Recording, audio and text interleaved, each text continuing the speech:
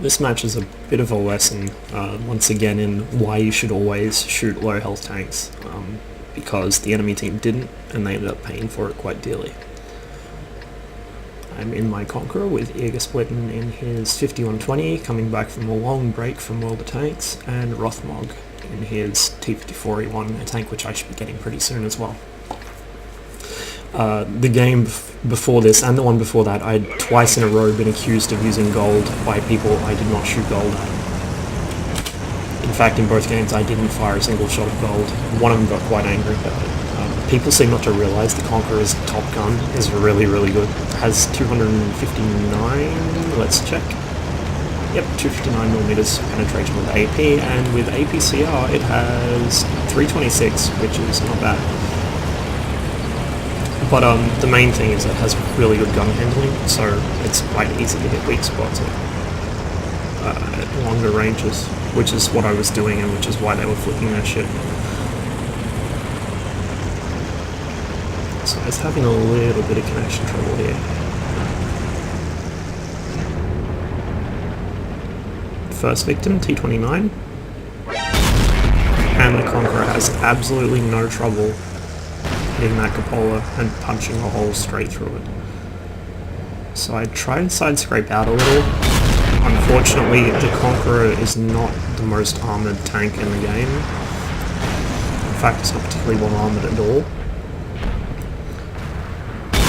Its weak spots are quite large and prevalent, and even its thickest armour is not very effective. So it's not really a tank you want to be frontlining in. It's more of a support tank, and there I take a big hit from the E75, which I was hoping to avoid, but unfortunately he crossed back over to the other side of the street and must have got a shot in from near the anyway. Now I know he's fired. Roll out. I decided to take a trip down this street, but drive in front of Splitten as he's about to start clipping, which was terrible by me. And knocked a huge chunk of my health off. Almost got me killed. That was entirely my fault. He had no way of knowing I was going to be an idiot and drive directly in front of him while he fired. Thankfully the ST1 was dealt with before I can get a reload. I think he may have had a dead loader or broken rack there. And so I'm able to get away with just over 300 hit points.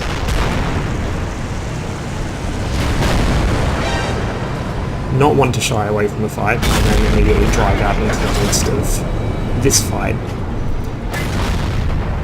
And while IS-3 blocks the IS-8 shots on me, and the E-75 is looking at someone else, I get some damage in here too.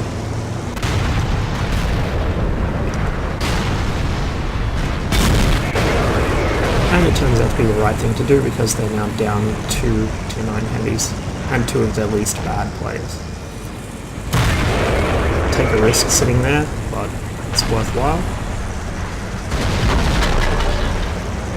I was hoping to get away from that Wheezy, thankfully he didn't fire at me, he probably would have killed me if he had. And so I start trying to side scrape off the church to get shots on the AC-48. I should have actually stopped there and fired, because by the time I pulled back out, he turned to face me. And it almost killed me. Rothmog here helps me by blocking the Wheezy's shots, and together we kill it. Splitten finds a Ferdinand with his face, and now I need somebody to occupy these two, or at least one of them, so I can drive out. I was hoping the Ferdinand would be distracted, so I could drive out, pop the AC-48 one shot, and then drive around the side of the 30. I know that the AC-48 is fairly well armoured on the front, but not well enough to stand up to the Conqueror. The 30, likewise, just doesn't have the armour to stop me, but he does have hit points, and he does have a very big gun. I can't afford to take a hit at this point, so I just wait.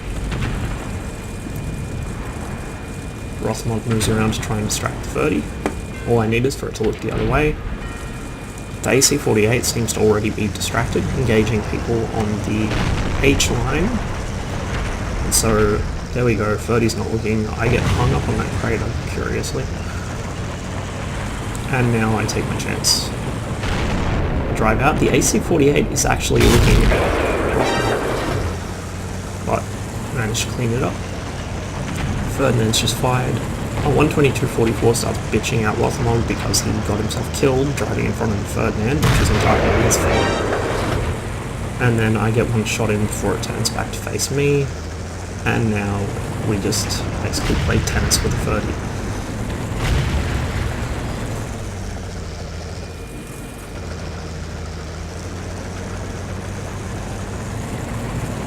Bad players are quite easy to bait like that. They don't have a lot of situational awareness. In fact, I would swear some of them play with their maps turned off. So if you have two players working together, you can just do stuff like that quite consistently.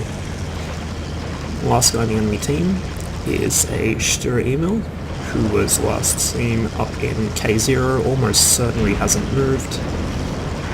Sure enough, there he is.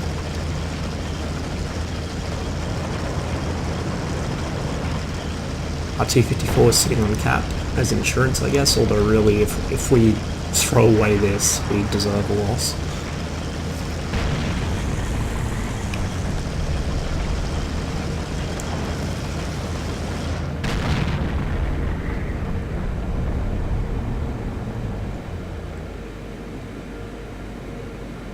I decide rather than charge in and throw away my last 65 points, I'll just put a couple blind shots in here and wait for somebody else to spot him.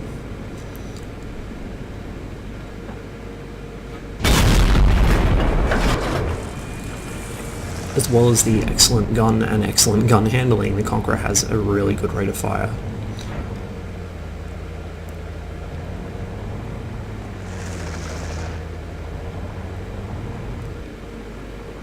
Unfortunately, that rate of fire allows it to run itself out of ammunition quite fast. I haven't actually had a match where I've run out of ammo in it. I think I've come close a couple of times, but I have seen other people run out of ammo in both the Conch and the 215B, which is basically a rear-turreted, slightly up-armoured Conch. Not a bad match. 4 kills, just shy of 4k damage. I did throw away a lot of hit points carelessly, especially the part where I drove in front of Eager-Splitten in his 5120. I lost, was it 346 hit points to that. It's my fault, not his.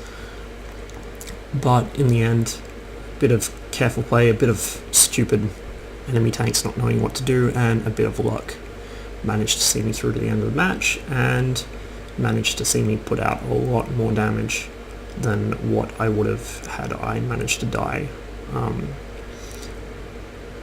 Some people, when they get damaged really badly, will run and hide in the back and snipe. I generally don't.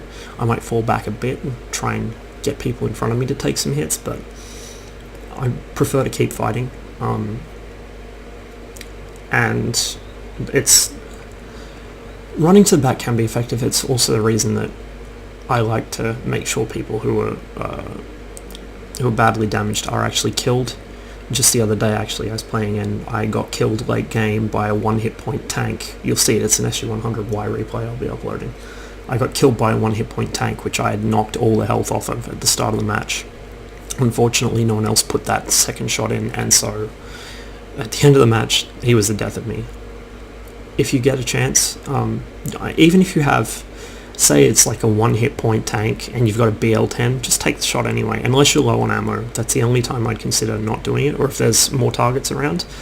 But you have to remember, it's not a case of getting kills, it's not a case of, you know, how much damage am I going to get out of this. It's a case of taking guns out of the game. It's more of how much damage are they going to do to you if they stay alive versus how much damage you're going to get out of shooting them. So even if it's, you know, throwing a 6,000 credit shell, let's just say, at a 1 hit point tank that's 2 tiers below you, that guy could still kill you at the end of the game, so you may as well. I mean, what's 2,000 credits? Or sorry, 6,000 credits, right? If you win the game, you'll get lots more anyway. But it's one of the things I've noticed. There's 2 breeds of puppy. One will try and kill shot everything, so they'll actually hold shots until the tank's one-shottable for them and then take it. And they're shit because they don't do any damage. Then there's this second kind of puppy, which actually will hold shots on low health tanks because they want to put out lots of damage. Neither of them really have any understanding of how the game is supposed to be played. Don't be that guy.